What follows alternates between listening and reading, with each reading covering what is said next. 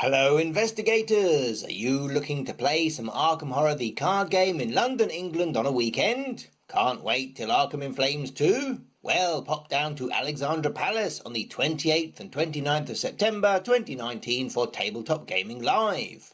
TGL is a non-residential games convention organised by Tabletop Gaming Magazine, and this year it has some Asmodee instigated participation events for Arkham Horror the card game. You know you're in safe hands, as this is being organised by the premier UK Arkham organisers, Super Frank and Interesting Peter from the podcast Drawn to the Flame. On Saturday the 28th of September, they'll be offering epic multiplayer Labyrinths of Lunacy. This is a standalone scenario where 3 groups of 1 to 4 players can play it in parallel with some exciting crossover potential for a cool shared experience, reminiscent of the Saw films. Check out our mostly spoiler-free videos on the product if you have any questions, but start with the top 10 questions one, which is entirely spoiler-free. It will cost you the measly sum of £5 to enter. However, you will require a ticket to the event to get in the door, so don't forget that. There are 24 places available, and you can book that on the day at the Tabletop Gaming stand as long as spaces remain. You need to gather at 12:45 PM in the tournament area in the West Hall and be sorted into your groups, ready for the event to begin at 1 PM.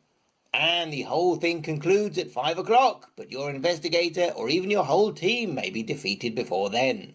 Don't forget, on the Saturday the event opens at 9 AM and closes at 6 PM, so there is plenty of time for browsing, shopping, getting in some demo games or eating. Let's hope the waffle van returns. On Sunday 29th of September, you have an opportunity to play The Depths of Yoth in endless standalone mode. Without giving in to spoilers, this is an infinitely repeatable adventure that gets harder the more you progress. This has been run successfully all over the world, including by Frank and Peter at the UK Games Expo earlier this year. This will also cost you the tiny sum of £5 to enter, but don't forget you will still need an entry ticket for the event for them to let you in. Again, there are 24 places available, and you should book on the day at the Tabletop Gaming stand if they have any unsold tickets. Now pay attention, as this is an early start. You need to arrive by 9:45 at the tournaments area in the West Hall to be allocated your group and table before kick-off at 10 AM. But there is no crossover between the groups, so once you are all set, you can get cracking. The venue doors open at 9 AM, so you shouldn't get trapped in a queue and have some time to get some tea, pizza, hog roast, liquid breakfast, use the loo, or change your baby for something different. Everything should be done by 2 PM, giving you plenty of time for shopping, pizza, hog roast, liquid lunch, use the loo again, or changing your baby back into its original form. Once you have purchased a ticket, there is a simple Google form for you to fill in, which we will walk you through. First up is your email address. Then you must consent to Asmodee keeping hold of the information you submit. Then you must consent to Frank and Peter holding on to your data, at least until the event is over. But don't worry, other than your name and email, they don't want a lot of info, so put your name in here. And your unique ticket number, which presumably you received when you booked your ticket, so book your ticket first. Next up, they want to know about your deck type, so they can work their arcane magic and try and sort you into semi-functional teams. If you think that what your deck is best at is clue gathering, then go for the cluer option. If you think your deck is best at absorbing damage and defeating enemies, then click the fighter option. If you're playing a mystic, click the third option. Because Frank and Peter hate mystics and will put you on a table in the car park. Only kidding, you hope. And if you want your team to carry you because you're playing someone like Lola Hayes, then click on the last one. If you want a table with your friends, then put their names in here so you can be matched up with them rather than some sweaty, smelly random gamers. And make sure your friends put your name down as well.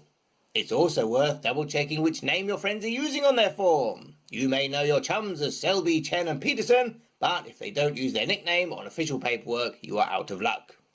If you aren't meeting up with friends but do want to have a chat with your fellow teammates beforehand, then click this button here and Frank and Peter will put you all in touch with each other. You can even put down a special email address for this purpose if you like.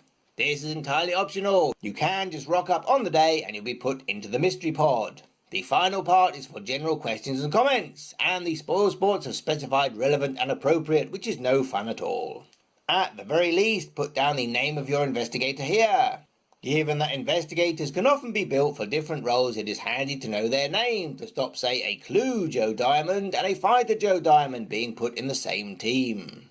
You can even link to your online deck list if you have something weird you'd like to play.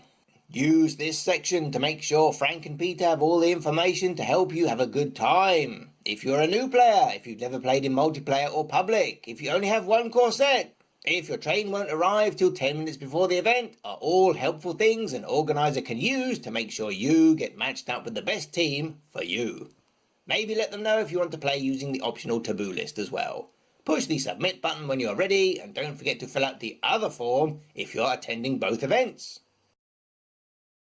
Make sure you bring a copy of your tournament ticket order confirmation so they know you have booked and paid. For safety's sake, bring everything you would need to play a solo game of Arkham, which includes your tokens, your chaos bag, maybe some location connectors, playmat, telephone money, dandruff brush, thermos, and whatever else. Oh, and your deck! That's right, you'll need to pre-build the deck using the standalone mode rules on page 19 of the rules reference. You can use any amount of XP from 0 to 49, and this doesn't have to match what your teammates are using either. And don't forget to bring the appropriate number of weaknesses from your own collection. We always recommend sleeving your deck, particularly as you have no idea who played on the table before you, or who else will be touching your cards. And for goodness sake, don't forget your investigator mini card or miniature or whatever. Sounds like bitter experience. No. Fingers crossed we will have remembered to include a direct link in the description below. If not, you will need to go to the tabletopgaming.co.uk website, scroll down to the bottom of the home page and click on Shows. Click on Tabletop Gaming Live and then on Tournaments from the menu bar. Scroll down and you will see the Arkham events. Remember, there are only 24 places available, which is a mere 6 tables, so get booking sharpish. Luckily for you, we have a handy guide to the show itself, including details of how to get there, as well as a recap of everything we saw at last year's show. Enjoy yourselves!